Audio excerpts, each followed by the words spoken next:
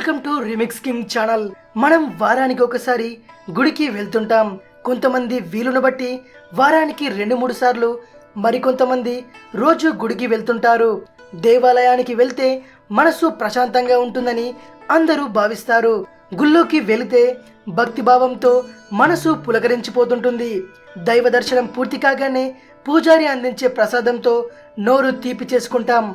అదే పూజారి లడ్డూనో, చక్కెర పొంగలినో, పులిహోరానో కాకుండా బంగారం, వెండి లాంటి విలువైన వస్తువులను ప్రసాదంగా అందిస్తే ఎలా ఉంటుంది?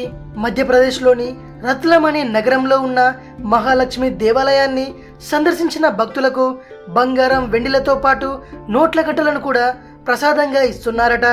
ధన్తెరస్ పండుగను పురస్కరించుకొని మహాలక్ష్మి దేవికి చాలా మంది భక్తులు కిలోల చొప్పున బంగారం, వెండి కడ్డీలు, వేల కోట్ల రూపాయలను కానుకగా సమర్పిస్తారట.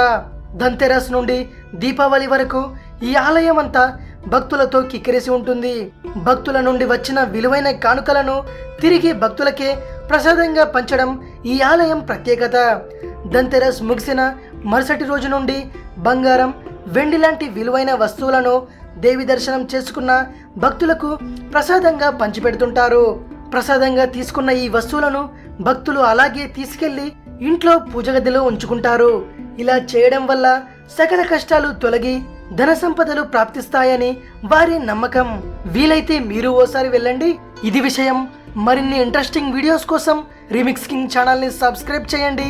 మరో వీడియోతో మీ ముందుకు వస్తాను. అంతవరకు సెలవు.